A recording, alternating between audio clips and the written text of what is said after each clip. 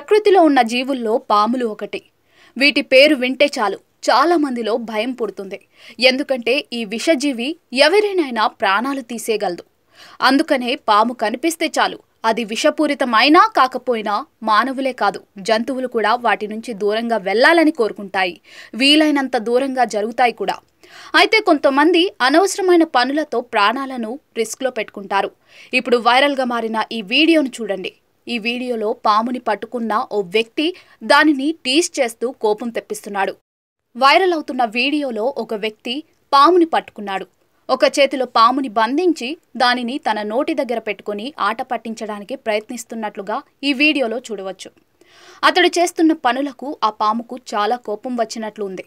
దీంతో అతడిపై దాడి చేయడానికి ప్రయత్నిస్తూనే ఉంది. చాలా కోపంగా పాము దాడి చేయడానికి ప్రయత్నించిన వెంటనే ఆ వ్యక్తి దానిని తన నుండి దూరంగా పెట్టాడు. ఆ తర్వాత మళ్ళీ టీజింగ్ మొదలుపెట్టాడు. ఇప్పుడు పాముకి మునుపటి కంటే ఎక్కువ కోపంగా నోటిని బాగా తెరిచి కోరలతో కాటు వేయడానికి ప్రయత్నిస్తుంది. మరుసటి క్షణంలో జరిగింది చూస్తే ఎవరికైనా గూస్ బంప్స్ వస్తాయి. అతని పట్టు వదిలిన వెంటనే పాము వ్యక్తి నోటిని కాటేసింది. ఈ దృశ్యం నిజంగా భయానకంగా ఉంది. జూలై 9న అప్లోడ్ చేయబడిన ఈ వీడియోను ఇప్పటి వరకు 66,000 మందికి పైగా లైక్ చేశారు.